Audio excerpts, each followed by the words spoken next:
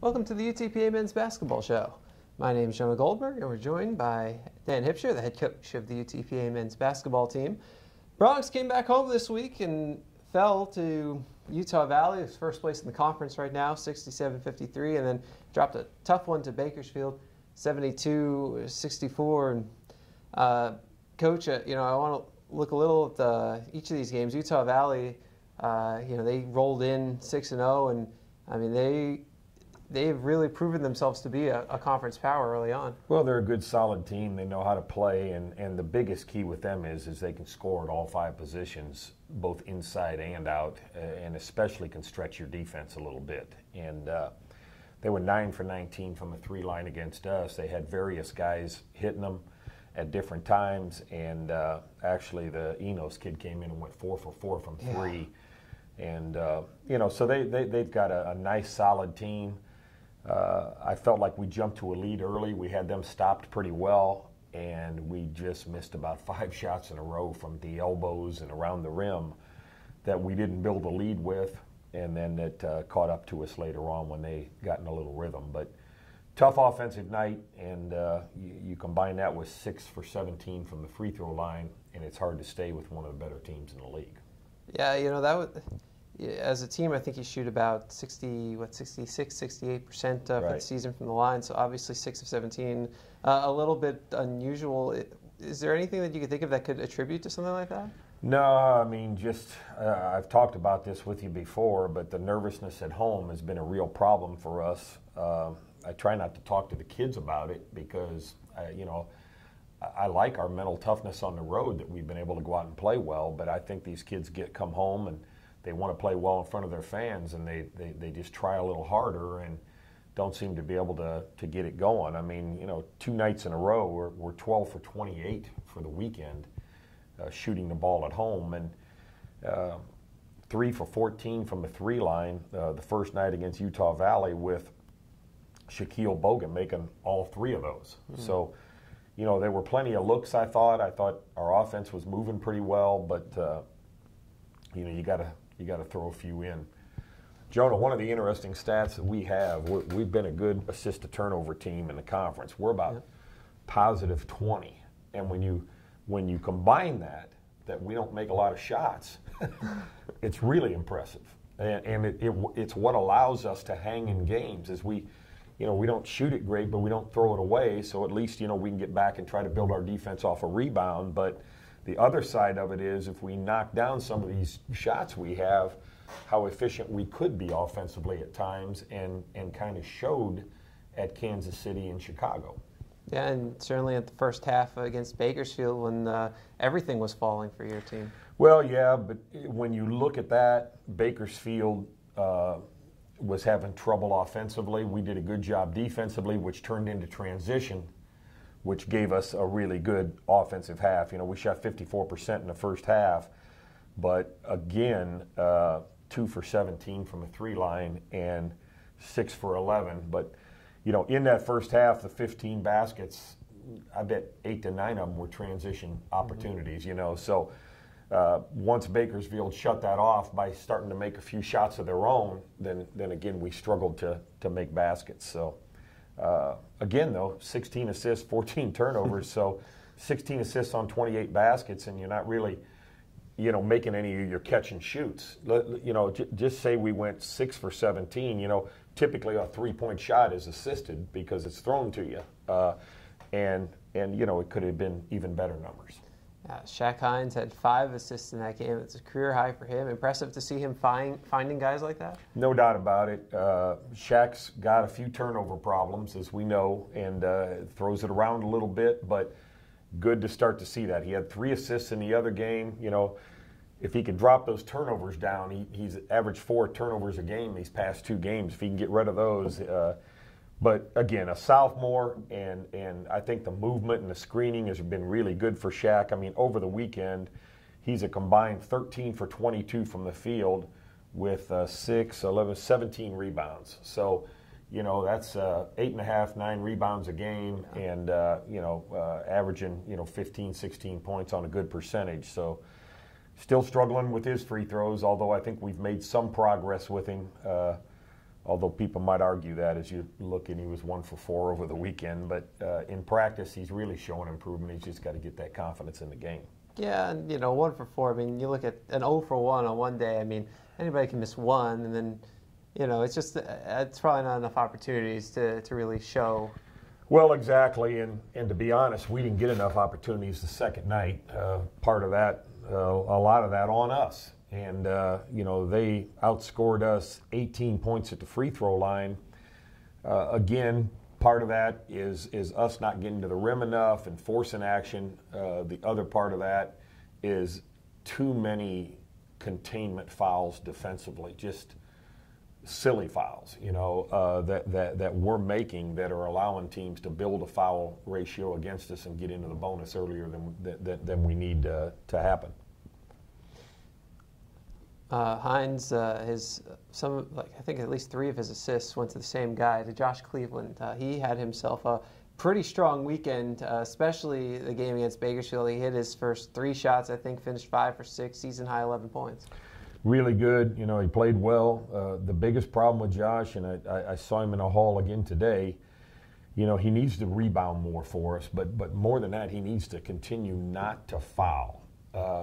The reason it's hard to keep Josh in games is consistently he's got 2 to 3 fouls in the first half, and I really can't trust to keep him in there with a couple fouls because he'll get another one. And trying to get him to play with his feet and less with his hands and arms. But yeah, he had a good weekend and showed improvement, and we really need him in there. He's athletic, he's bouncy, he's strong, and he can score the ball at the basket. And he gives you, when he goes well, it seems when he scores or when he's just out there, things go well. You saw it throughout the first half. He played seemingly most of it. He only finished with 22 minutes. It seemed like more, though. And he really helped to run that offense. Yeah, he gives us a low post threat. And the thing about Josh is you start to think, hey, he's doing better, and then you look down and see he played 16 minutes one night and 22 the second, and that's what we're talking about, keeping him in games. And, we try to play, those guys. Unfortunately, as you look at the Utah Valley game, 35 minutes Hines, 34 minutes Leathers, 35, 36 for the 2 guards. We're having to play some of these guys heavy minutes. And part of that is, the rotations are limited either because of foul trouble or performance. So it's difficult. But, again, we're working at it and got to keep working at it. And out-rebounded both opponents this weekend. But sometimes that's a misnomer, too, because you have a lot more chances for offensive rebounds when you're not making any shots. But Utah Valley, very balanced team. I think we talked about it maybe going into the game. 5 guys nearly in double figures, and they have different guys that can exploit you on a different night if you have defensive holes in your game. And you managed, and you really stopped the guys who I would consider the 2 big threats, just from having seen them for 3 years, Holton Hunsker and Ben Aird. Aird finished with 8 points and 10 rebounds. I think a lot of that came late. Holton Hunsker, I know he finished with 15 points, which was second on the team, but he hit 3 threes near the end. Right. But before that, you really held him completely in check. Yeah, it came down to the fact that again, when it was when they were building their leads, he wasn't a big factor, and we did a good job on him and Ard. But again, you look at these other kids step up and make shots too. You make mistakes, they make you pay. And they struggled over at New Mexico State, which a lot of teams are going to do because of the size and physicality. But I kind of expected them to play better over there because I thought they could stretch New Mexico State out, but maybe they didn't shoot it very well that night. But yeah, they give up. They're intelligent defensively, but really intelligent offensively, and they've got a lot of skill and finesse. So you've seen Utah Valley, you've seen Bakersfield. That means you've seen all 8 WAC teams now. 1 lap through the conference. What have you learned? Well, what I've learned is that, I think anybody can beat anybody on a given night with what you saw with Chicago State and UMKC beating New Mexico State on the road. But the other thing you've seen is consistency of performance, and that's Utah Valley and New Mexico State. Everybody else has kind of been up and down and showed an ability to knock people off. I mean, New Mexico State, who's probably the best team in the league talent-wise, is losing to the same two teams on alternate nights that we beat on the road. So, you know, if you can get yourself together and compete, it's going to be a real toss-up come tournament time. But, you know, again, they don't touch you with a magic wand at tournament time. You've got to be ready, you know. Shifting more to Bakersfield, the one thing I told the kids about Bakersfield I felt is, to me, they had one of the premier guards in the league, Isaiah Grayson. And again, it sounds like I'm saying it now after he had a good game, but I told the kids going into the game that he was as good a guard as I've seen in the league on film. His ability to get into the lane, to pull up and hit jump shots in transition, to make open shots, to make free throws, to get fouled is as good as anybody, and he came in here and pretty much dominated the game once he got going in the second half, especially 27 points, 4 assists, 3 turnovers, 11 free throws, 8 for 10 from the field, 3 for 3 from 3. You know, he's the reason they were in the game. No doubt about it, because we did a pretty good job everywhere else, and you know, our guards were 11 for 33, and for a combined total of 27 points, and he had 27 on 10 shots. That's pretty good. It's decent. Yeah. That makes you a little more efficient.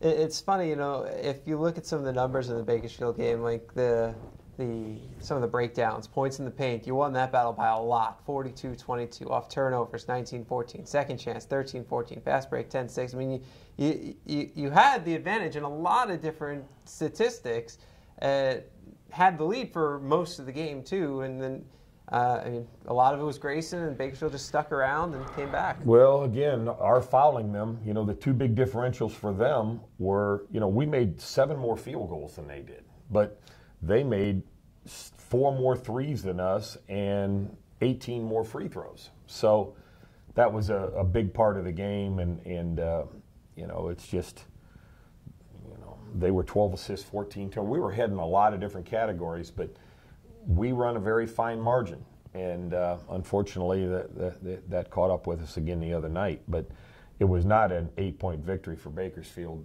in any means. They were down. There was a huge play in the game. I don't know if you remember, Jonah, that we grab a rebound in the lane, kind of a loose ball rebound, up 7, and have a transition available to us. And Shaq Hines fumbles the ball away. They grab it, lay it in, 3-point play. So instead of us going 7 to 9, they grab it, lay it in, and 1, go from 7 to 4. You know, huge play when the ball was in our hands, and we fumbled away for a 3-point play. A big swing right there, and you know, your team led by as many as 9 early in the first half. That was when all those transition dunks were happening. Right. Hurley got airborne, Farrell got airborne, Cleveland and Hines, yeah. And that was fun to watch. No doubt about it. I mean, they were going, and again, you know, like you say, we dominated points in the paint, but hard to win without a couple jump shots. You know, it's really tough. And you know, we were 1 for 12 at the guard spot, and 1 for 14 in our starting group from the 3 line. That makes it pretty hard. And then you throw Hurley in as a guard, and you're really 1 for 14. So it makes it tough. So what do you work on with the team in practice this week? Well, I mean, you know, we shoot all the time, believe it or not. People probably think we don't shoot, but we put a lot of time into shooting and try to develop their confidence there. But, you know, we worked on some of our movement, and then really now you're playing a team for the second time. You're trying to look at the things they did to you last time and try to adjust to those. And we had to put a hard work in yesterday. We'll have a hard one today. And pretty tough to do a lot tomorrow. We get up at 4 in the morning, get on the plane, travel out there, get there about 2 o'clock in the afternoon, have a 4 o'clock workout. So really you just got to kind of tune things up on that day, and then you shoot around and get used to the building and then go play, you know. So I like the way these kids have competed on the road for me, and I don't look them to be any different this weekend. Idaho and Seattle, round 2. What can you tell us about them? Well, Seattle, as you remember, just kind of manhandled us in here. They're big and strong and physical, and they got the ball up on the glass, and it was kind of a volleyball game once it got up there. And then their guard, Umapig, nice player, can dominate play at the guard spot. But again, that night was a real struggle offensively for us. If you remember, I think the game opened up 10 or 13-0. Yeah. We couldn't get it going. We missed some bunnies. We missed some little easy ones, and we just couldn't quite get going. And then once we did, we dug that hole that we couldn't get out of. Got back in at maybe to 6 or 8 in the second half, and then again couldn't get over the hump because of their physicality. But Idaho was just tragic. I mean, again, I think we were down 11-0 or 13-0 in that game, and made a battle back, fought it back in the second half, got a lead, gave it back, ended up in overtime. Didn't lead at all, I don't think, in the first overtime, but we got into a second overtime, had a 6-point lead.